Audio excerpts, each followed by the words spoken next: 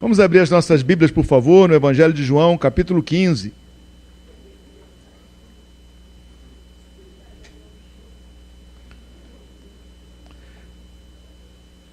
Há 3 semanas atrás, nós começamos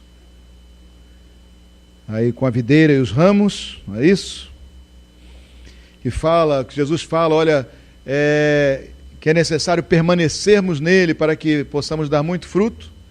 Na semana passada, nós vimos que da metade do capítulo em diante, ele esclarece como é permanecer nele. Permanecer nele é permanecer no amor dele, que não é um amor próprio de seres humanos naturais, não é? Mas é um amor que vem de Deus e que podemos vivenciá-lo pelo seu Espírito. E hoje nós vamos ver uma outra parte, né? Na parte final desse capítulo, nós vamos ver uma outra parte do relacionamento, porque Jesus aqui fala da nossa relação com Ele, fala da nossa relação com Ele em amor e com os irmãos em amor, e agora fala também da nossa relação conturbada, muitas vezes, com aqueles que não creem, que a Bíblia nomeia como o mundo. Então nós vamos examinar então agora nessa terceira parte do capítulo 15, a partir do versículo 18, o Senhor Jesus diz assim: se o mundo vos odeia, sabei que primeiro que a vós outros me odiou a mim. Se vós fosseis do mundo, o mundo amaria o que era seu. Como todavia não sois do mundo, pelo contrário, dele vos escolhi, por isso o mundo vos odeia. Lembrai-vos da palavra que eu vos disse: não é o servo maior do que o seu senhor. Se me perseguiram a mim, também perseguirão a vós outros. Se guardaram a minha palavra, também guardarão a vossa. Tudo isso, porém, vos farão por causa do meu nome, porquanto não conhecem aquele que me enviou. Se eu não viera, nem lhes houvera falado, pecado nenhum teriam, mas agora não tem desculpa do seu pecado. Quem me odeia, odeia também a meu Pai. Se eu não tivesse feito entre eles tais obras, quais nenhum outro fez, pecado não teriam. Mas agora, não somente têm eles visto, mas também odiado, tanto a mim como a meu Pai. Isso, porém, é para que se cumpra a palavra escrita na sua lei: odiaram-me sem motivo. Quando, porém, vier o Consolador, que eu vos enviarei da parte do Pai, o Espírito da verdade, que dele procede, esse dará testemunho de mim. E vós também testemunhareis, porque estáis comigo desde o princípio. Amém. Glória a Deus. Senhor, instrui-nos, ó Pai, na Tua palavra e dirige-nos por meio dela, Senhor. Fala-nos conosco, ó Pai, nesse dia, ó Pai, nessa noite. Que nós possamos, ó Senhor amado, mais do que ouvir o discurso do pregador, possamos ouvir a voz do Teu Espírito, Pai, nos orientando e nos dando sabedoria, Pai amado, para lidar, ó Senhor, com a oposição, ó Deus amado, enquanto vivemos, ó Pai amado, e pregamos o Teu Evangelho. Ajude-nos então, ó Senhor, para que o nosso espírito seja encorajado, ó Pai amado, não por um discurso humano, mas pela Tua voz em nós, ó Pai, em o nome de Jesus. Amém e amém. Podemos sentar, irmãos. Então, como falei, primeiramente, é necessário permanecer para dar muito fruto. Segundo, permanecer é permanecer em amor. Não é permanecer em justiça humana, mas é permanecer no amor de Deus. E terceiro, como consequência dessa nossa relação com Cristo, nós encontramos então alguma oposição. E aqui o Senhor Jesus, ele fala diretamente aos seus discípulos, mas nós podemos ampliar isso para nós também, porque nós vemos que esse discurso do Senhor Jesus, esse ensinamento do Senhor Jesus, não cabia apenas aos 12. Aliás, o Senhor não ensinou nada apenas aos 12, Ele ensinou para nós a partir dos 12, vamos dizer assim, não é? Focado nos seus discípulos, mas ensinando também para nós. E assim é que nós podemos então tirar lições daquilo que foi dito a outros homens. Na verdade, meus irmãos, a Bíblia tem essa tem essa capacidade e esse poder de falar a todas as gerações. Ela não é um livro que falou para a sua geração apenas, mas ela fala para todas as gerações, e ela é palavra viva de Deus. Nós, quando reverentemente, quando buscando orientação do Espírito, nos dirigimos à Bíblia para lê-la, para compreendê-la, nós obtemos da parte dela, ou emana da parte dela uma voz, que livro nenhum tem. Porque essa voz é a palavra de Deus, é a voz do Senhor falando para nós da sua vontade, do seu propósito. Então, é mais do que tinta impressa em papel, é espírito e vida que nós temos diante de nós, amém? Deus fala por meio das suas escrituras, e aqui o Senhor Jesus diz: olha, se o mundo vos odeia, sabei que primeiro do que a vós outros me odiou a mim. Naquele primeiro momento, eles sabiam muito bem do que Jesus estava falando, porque havia já oposição, já havia aqueles que tentavam pôr ciladas, aqueles que tentavam embaraçar e atrapalhar, aqueles que tentavam até mesmo arrumar uma ocasião para prender Jesus e os seus discípulos e para matar também, por causa da palavra do Evangelho. Nós vemos hoje em dia, por exemplo, o crescimento dessa perseguição nos países mais orientais, não é? Você tem visto aí pela televisão, de vez em quando, aparecendo sobre não só atos terroristas, mas atos de execução, propriamente dito. Se você for lá dar uma olhada na internet, no YouTube, coloca lá, se você escrever na busca do YouTube, Igreja Perseguida, você vai ver vídeos horríveis e escabrosos, de pessoas que foram mortas, apedrejadas, agredidas, queimadas vivas no fogo, tão somente porque confessaram a sua fé em Cristo, porque viveram a sua fé em Cristo. E, obviamente, isso é expressão, uma expressão do ódio que também existe, não é, na nossa sociedade, não com essas mesmas consequências. Ainda não parece justo fazê-lo, não é? Mas, ainda assim, há aqueles que, por um pouco mais, né, poderiam facilmente agredir e perseguir de fato. Semana passada eu terminei dizendo, olha, daqui a 20 anos, 30 anos, isso que acontece do outro lado do mundo vai acontecer na nossa porta, e nós teremos que decidir de fato, se queremos viver com Cristo e se estamos dispostos a morrer pelo testemunho, né? E eu digo isso não por uma palavra de Deus recebida, mas por olhar as Escrituras e ver nelas os sinais de que essas coisas que estão acontecendo sinalizam para essa caminhada. A perseguição que nós experimentamos aqui é uma perseguição moral, é uma perseguição que afeta, vamos dizer assim, os aspectos morais da nossa vida, que atingem, não é, emocionalmente, atingem ainda não fisicamente, mas isso é apenas resultado, a perseguição é resultado simplesmente da entrada de Cristo em nossas vidas. Quando Jesus veio e operou em nós essa regeneração, e nós passamos a andar e seguir segundo a sua vontade, isso provoca uma batalha espiritual. Jesus mesmo havia prevenido, não pensem, ele falou, não pensem que eu vim trazer a paz, eu vim trazer espada, Eu estava lendo outro dia desse, que eu estou sempre olhando alguma coisa para lá e para cá, E aí eu vi um argumento aí de um ateu dizendo, está vendo só, Jesus falou que ele não veio trazer paz nenhuma não, que ele veio trazer espada. Esse tolinho, ele não sabe nem do que está falando, né? O que Jesus estava falando aqui basicamente é que a entrada dele nesse mundo, a entrada dele e a regeneração nossa provoca uma espécie de antagonismo, de modo que Jesus disse, olha, os inimigos serão os da própria casa. O pai vai se levantar contra o filho contra o pai. E por causa de quê? Não porque Jesus ordena a nós que nós sejamos violentos ou agressivos ou façamos qualquer coisa contra qualquer pessoa, mas porque o espírito desse mundo, na verdade, odeia o Espírito de Deus. E ele vai, obviamente, sempre se levantar em perseguição para aqueles que assumem a sua comunhão e a sua vida com Cristo. Se você vive como agente secreto do reino de Deus, você não vai ter problema, mas se você assume a sua fé, se você assume o compromisso de pregar, de anunciar a Cristo, de testemunhar, vez por outra você vai ver que a hostilidade vai crescer, que a ironia vai chegar, que o deboche vai chegar, que o escárnio vai chegar, que você vai ser preterido em algum momento, porque simplesmente é parte disso que o Senhor Jesus falou para nós, né? Que o mundo odeia a igreja porque primeiro odiou, né, a ele, né? Se nós fôssemos do mundo, diz ele no versículo 19, o mundo amaria o que era seu. Como todavia vocês não são do mundo, pelo contrário dele, vos escolhi, por isso o mundo vos odeia, porque simplesmente há uma característica humana que a gente sociologicamente chama de xenofobia, né?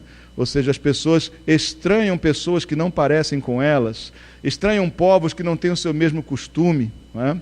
Também dessa mesma forma, de um modo mais intenso e quase inexplicável, também estranham, né, a igreja espiritualmente. É engraçado, né? Porque, sendo brasileiros, nós falamos a mesma língua, nós temos costumes muito parecidos, todavia, né, há um antagonismo espiritual muitas vezes emergente, simplesmente por essa característica humana.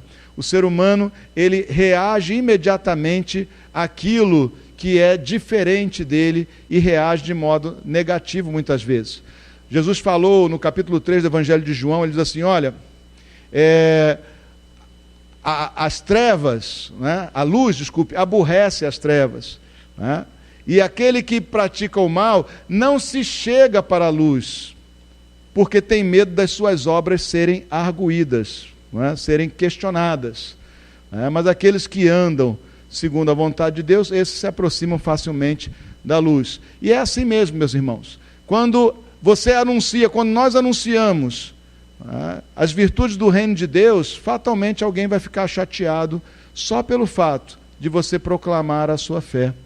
É interessante como várias coisas, não é, são ditas. Hoje as minhas filhas estavam falando aí sobre pessoas, sobre o ressurgimento da astrologia, né? Tem muita gente por aí fazendo mapa astral e querendo saber o seu futuro e sei lá o que, o seu ascendente, descendente, cai o sol dali, estende a estrela de cá, sei lá, né? Faz uma salada direta, né? E essas coisas são modismos e são espirituais e são acolhidos na sociedade tranquilamente, mas se nós vamos falar de Cristo, então muitas vezes, né, parece que nós destampamos o poço do inferno e aí começa o problema. Mas como nós devemos agir então? Já que estar em Cristo causa muitas vezes, né, em outros, os que não estão, alguma reação negativa, pode causar perseguição, pode causar ódio, pode causar escárnio, qualquer outra coisa assim. Como nós, a Igreja de Cristo, já que temos que conviver com essa realidade, como nós devemos proceder? O próprio Senhor Jesus ensinou, né, lá em Mateus capítulo 5, versículo 43 até 48, ele diz assim: ouvistes que foi dito, amarás o teu próximo e odiarás o teu inimigo.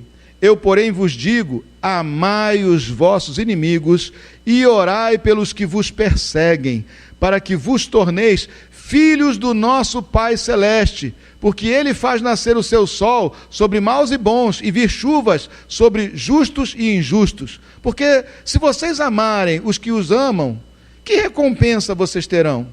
Não fazem os publicanos também o mesmo? E se vocês saudarem somente os seus irmãos, que fazeis demais? Não fazem os gentios também o mesmo?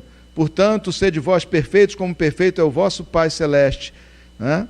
Sede vós perfeito, como é perfeito o vosso Pai Celeste. Então Jesus diz aqui, amai os vossos inimigos. Então, se você ama o seu inimigo, significa que ele não é seu inimigo, você que é inimigo dele. Assim, ele é que te vê como inimigo e não você que o vê como inimigo. Não é? Amar os seus inimigos é aquilo que nós devemos fazer e é aquilo que expressa a vontade de Deus, a vontade do Pai. Amém? Se nós fizermos isso, nós então demonstramos que nós somos filhos de Deus, não é? E nós nos tornamos, na verdade, não é, filhos de Deus. Porque ele diz aqui claramente que nós devemos amar os nossos inimigos para que nos tornemos filhos do Pai Celeste. Agora, como é que a gente faz isso, né? Porque é tão complicado já a gente amar as pessoas que amam a gente, quanto mais a gente amar as pessoas que eventualmente têm contra nós alguma coisa. Todavia, meus irmãos, é possível no poder de Deus e no Espírito Santo de Deus. Amém? Todas essas coisas o Senhor nos chama, nos conclama a fazer no poder do Espírito Santo. Jesus disse em outra ocasião, também no Evangelho de Mateus, se o teu inimigo te pedir, né, se você vê o seu inimigo passando necessidade, né, alimenta ele. Nós temos que fazer o bem independente do que as pessoas estão fazendo conosco. Se eu sou de Cristo, se eu sou filho de Deus, fazer o bem é o alvo e a razão, né, dos meus atos e dos meus atos do dia a dia. Amém? Independente daquilo que vem da outra parte para nós. A palavra de Deus também fala, né, sobre, em outro texto, sobre amontoar brasas vivas, né, ou seja, pagar o mal com o bem. Né, e assim amontoar brasas vivas, causar um incômodo por ter feito o bem. Se nós vamos incomodar alguém, que nós incomodemos por fazer o bem e por fazer aquilo que é a vontade de Deus. Amém? Seja perfeito. Diz para o seu irmão assim, seja perfeito como o Pai é perfeito também. Eu sei que é complicado para todo mundo, para mim também é. Né? Eu sei que é complicado, mas é a vontade de Deus e no poder do Espírito Santo nós podemos amar mesmo quando somos odiados ou maltratados. Amém? Então ele diz aqui, né? Lembrai-vos da palavra que eu vos disse, não é o servo maior do que o seu senhor. Se me perseguiram a mim, também perseguirão a vós outros. Se guardaram a minha palavra, também guardarão a vossa. Guardar aqui é obedecer, né? Então ele está falando aqui claramente que a gente prega e prega para o mundo.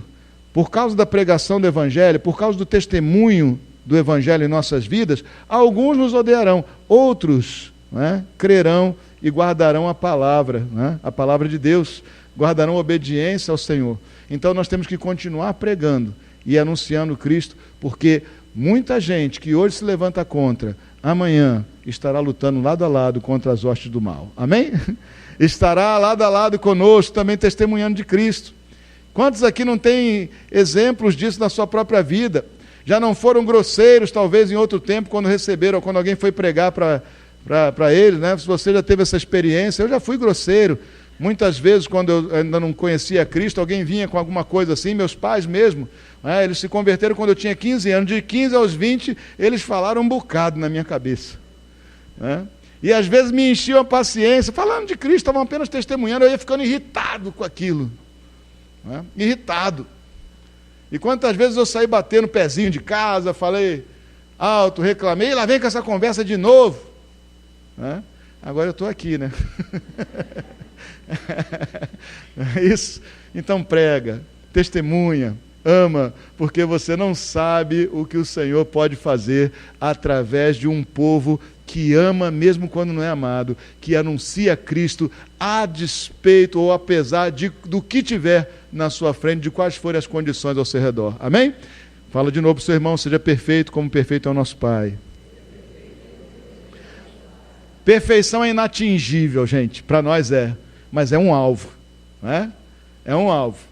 Se você não mirar no centro do alvo, você não acerta em parte nenhuma dele. A gente mira no centro do alvo e fica com o que conseguiu, né? O máximo possível próximo do alvo, do centro do alvo. Amém? Aqui ele também diz assim, olha, falando sobre o mundo, né? Sobre aqueles que não creem. Se eu não viera, nem lhes houvera falado, pecado não teriam, mas agora não tem desculpa do seu pecado. Quem me odeia, odeia também a meu Pai. Se eu não tivesse feito entre eles tais obras, quais nenhum outro fez, pecado não teriam. Mas agora, não somente têm eles visto, mas também odiado, tanto a mim como meu Pai. Isso, porém, é para que se cumpra a palavra escrita da sua lei. Odiaram-me sem motivo. Aqui ele está falando especificamente para os religiosos da época, para os judeus. Eles, olha, se eu não tivesse me manifestado a eles, eles não teriam culpa, não teriam pecado. Mas agora que eu estou manifesto, agora que eu vim, agora que eu falei com eles, agora que eu expus a ele a verdade, eles se tornam responsáveis. E essa é uma faceta também da pregação do Evangelho. A pregação do Evangelho, ela não serve apenas, meus irmãos, para que outros creiam e se convertam. Mas a mesma palavra, que para um é palavra de salvação, para outro será testemunho contra ele no dia do juízo. Porque há muitos que, tendo ouvido o chamamento de Cristo, tendo ouvido, a palavra, tendo ouvido o testemunho de quem o Senhor Jesus é, o rejeitam. E nós obviamente não devemos nos alegrar com isso, mas nós temos que continuar pregando a palavra, porque a razão para que nós preguemos a palavra do Senhor não é salvar apenas, mas é simplesmente obedecer a ordem que o Senhor nos deu de continuar pregando a palavra dele. Amém? Isso vai gerar muitas coisas, mas certamente será para muitos também uma ponte, né, entre a terra e o céu, um caminho para a presença de Deus. E aqui, né, ele diz claramente, olha, para que se cumpra a palavra escrita, odiaram-me sem motivo. Né? Odiaram-me sem motivo. É sem motivo que o mundo odeia a Cristo ou rejeita a Cristo. Né?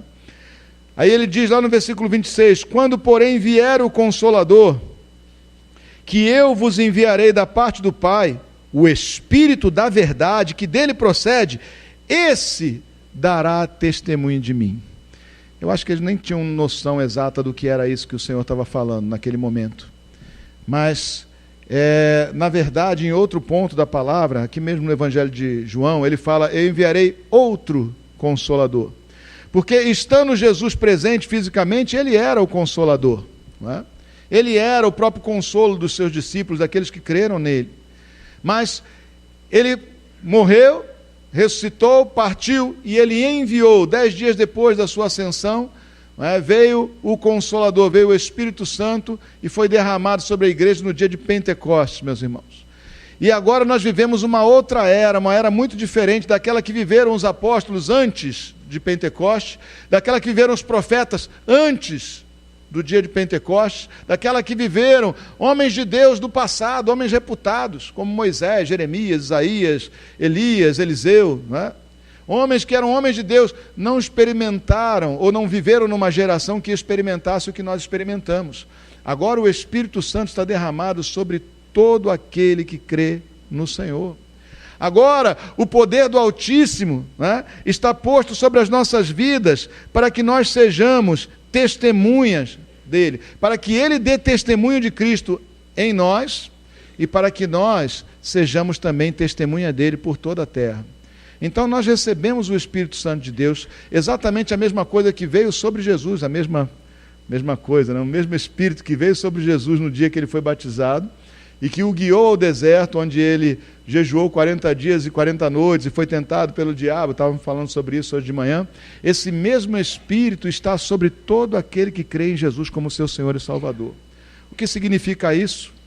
Não importa se o mundo nos odeia, não importa se o diabo nos rodeia, se ele cria armações ou coisas ao nosso redor, está em nós o poder para combater o bom combate da fé e passar por tudo isso em vitória espiritual. Eu não advogo a causa daqueles que dizem que todo aquele que crê em Jesus não vai ter problema, vai vencer todos os seus problemas. Mas eu advogo a causa de que todo aquele que anda com o Senhor Jesus, aliás, a palavra advoga essa causa, não eu, até parece que eu sou grandes coisas. A palavra advoga essa causa, todo aquele que crê no Senhor Jesus, né, o poder do Espírito Santo o acompanha. E ainda que o Senhor não nos livre das provações, dos problemas, Ele nos livra no meio das provações, em meio às provações, Ele revela a sua vontade e o seu querer. Amém? Nós temos sobre a nossa vida esse poder. Jesus aqui falava para ele, eu enviarei. Ele falou, meteu medo neles primeiro, né? Alertou-os, disse, olha, o mundo vos odeia. Eles vão perseguir vocês, porque simplesmente eles odeiam, na verdade, é a mim. E ele diz, olha, mas quando porém vier o Consolador, que eu vos enviarei da parte do Pai, o Espírito da verdade que dele procede, esse dará testemunho de mim. Ou seja, este é aquele que confirma em nós a nossa eleição. Esse é aquele que confirma em nós que a palavra de Cristo está viva e operante. E esse é aquele que nos dá capacidade também para testemunharmos, mesmo contra um mundo hostil. Mas nenhum de nós vai testemunhar, nenhum de nós vai ser testemunha verdadeira se não permanecermos em Cristo, se não permanecermos no seu amor, se não dermos o fruto, que sai de nós a partir da presença do Senhor em nós. Olha que maravilha, né? Você, eu, todos nós, temos em nós esse poder. Temos em nós, não esse poder como sendo nosso, mas a presença do Espírito Santo, do Deus Todo-Poderoso operando em nossas vidas e assim nos capacitando para sermos testemunhas.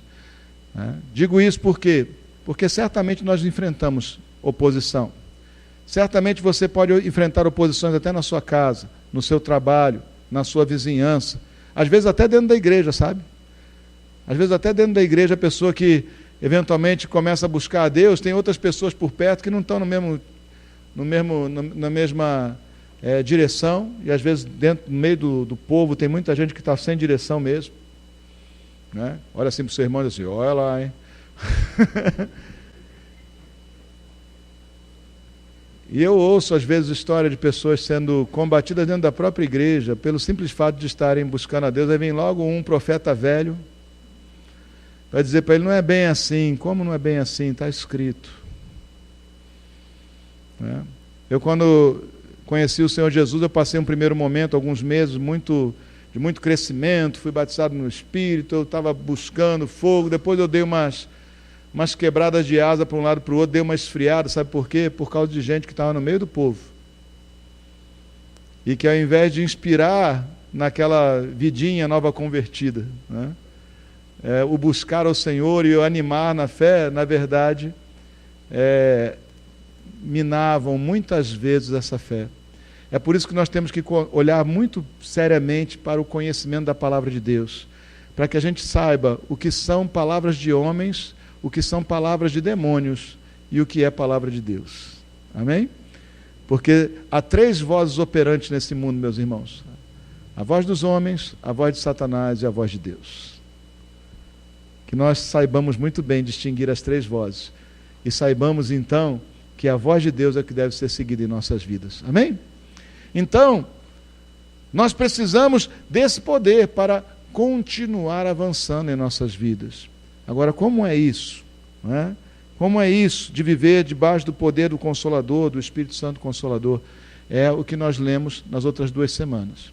Tem a ver com permanecer em Cristo. Não apenas estar ligado, porque tem gente que liga, desliga, mas é permanecer, ser perseverante na caminhada com Cristo. Perseverantes em amor. E aí sim, nesse poder, o Espírito Santo de Deus nos fará triunfar sobre todo o mal. Não importa se há oposição, maior é aquele que está conosco do que aquele que está nesse mundo. Amém? Não importa se países se levantarão, não importa se, enfim, perseguidores se levantarão, não importa. Isso aí já estava previsto que ia acontecer, e isso aconteceu ao longo de toda a história. O que importa é que o Espírito Santo de Deus continua conosco. Ele nos guiará, Ele nos consolará, Ele nos fortalecerá e, por fim, nos fará triunfar em o nome de Jesus. Amém? Feche seus olhos no seu lugar.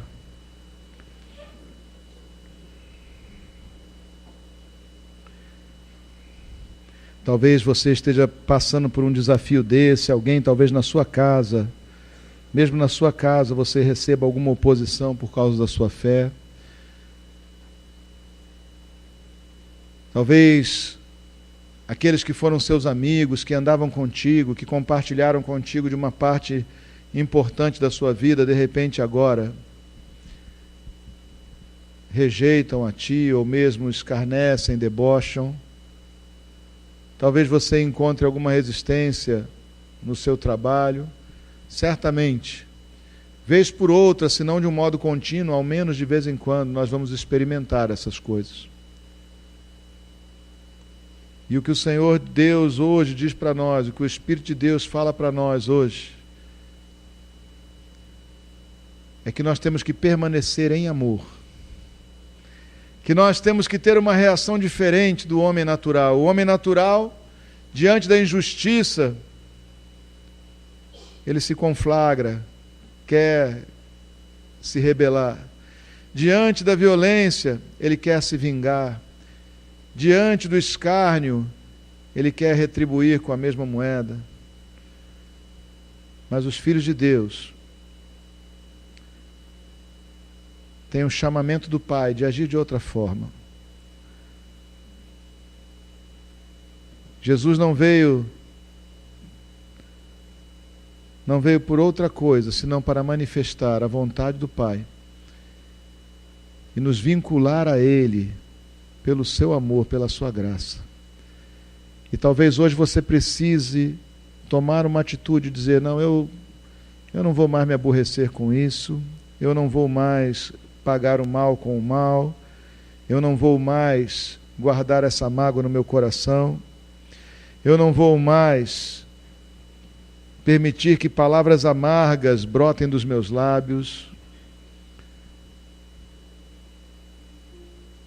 Eu quero ter um procedimento, eu quero agir segundo o direcionamento do Senhor. Talvez hoje você precise dizer, eu não vou mais me aborrecer quando escarnecerem de mim, da minha fé. Eu simplesmente continuarei proclamando, amando, tendo um procedimento que testemunhe de Cristo na minha vida. E se você hoje de fato desejar isso de todo o seu coração, saiba que o Senhor não te pede, não nos pede nada que nós não possamos realizar no poder do seu Espírito Santo.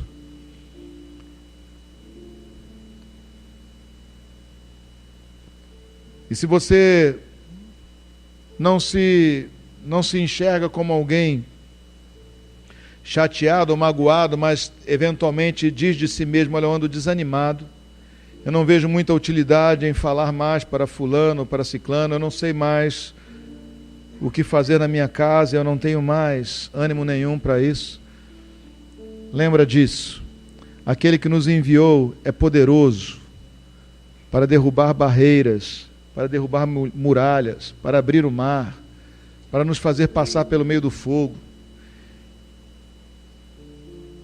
E Ele mesmo ainda te dará a alegria de ver gente que rejeitou, recebendo a Cristo como Senhor e Salvador. Ele dará a você a alegria de ver que a tua semeadura não foi vã, que é fiel e verdadeira a palavra que diz que aqueles que semeiam com lágrimas voltarão ceifando e carregando os feixes com júbilo e alegria. E se você tem semeado com lágrimas, se você tem semeado com constrangimentos e sofrimentos, saiba que não é nada diferente daquilo que era esperado, porque Jesus falou que ia ser assim. O Evangelho não é uma boa ideia, o Evangelho é poder de Deus para a transformação do homem, para a salvação de todo aquele que nele crê. O Evangelho não faz sentido para esse mundo, é loucura para os que se perdem, mas é poder de Deus para aqueles que se dobram e se quebrantam diante do Senhor. Anime-se, continue a falar, anime-se, continue a testemunhar, anime-se, porque alguns que hoje escarnecem, dobrarão os joelhos ao seu lado para orar ao mesmo Deus, servirão ao seu lado o mesmo Deus e Pai. Alguns que hoje te odeiam serão quebrantados, e você terá a alegria de vê-los ao seu lado, anunciando Cristo em outros lugares. Senhor amado, em nome de Jesus, capacita-nos, ó Pai. Capacita-nos, ó Senhor amado, porque os dias são maus, os dias são difíceis. Capacita-nos, Senhor, porque por toda a terra, ó Senhor amado, há uma trombeta de guerra tocando, ó Senhor, anunciando perseguição, anunciando, ó Senhor amado, restrição, anunciando ameaças, ó Pai. E mesmo aqui entre nós, ó Senhor amado, cresce o número daqueles que, servindo ao espírito do anticristo, tentam combater a fé cristã, até mesmo nas escolas, nas universidades, mesmo nos programas mais aparentemente inocentes de televisão. Senhor amado, em nome de Jesus, capacita-nos e fortalece-nos para combater o bom combate da fé, que não tem a ver com espadas, porque a nossa luta não é contra carne e sangue, mas é contra os principados e potestades, contra os dominadores do mundo espiritual do mal. contra os dominadores desse mundo. Senhor amado, em nome de Jesus, anima-nos, ó Deus, e dá-nos confiança para anunciar a Cristo, quer seja conveniente, quer não seja, para proceder, ó Senhor amado, de um modo que testifique do amor de Cristo em nossas vidas, mesmo quando isso, ó Senhor amado, nos trouxer algum prejuízo. Ajuda-nos nisso, ó Pai, que nós possamos ser fiéis, Pai, que Tu levantes entre nós um povo fiel, ó Pai amado, não apenas, ó Senhor, estejamos dispostos a celebrar com alegria na Tua casa, mas que também estejamos dispostos, ó Senhor, a tomar a nossa cruz, negar a nós mesmos, tomar a nossa cruz e seguir a Ti, ó Pai, tomando essa cruz dia a dia, decidindo ir com aquele que é o nosso fiel Senhor e Salvador. Graças Te damos, ó Pai, em o nome de Jesus.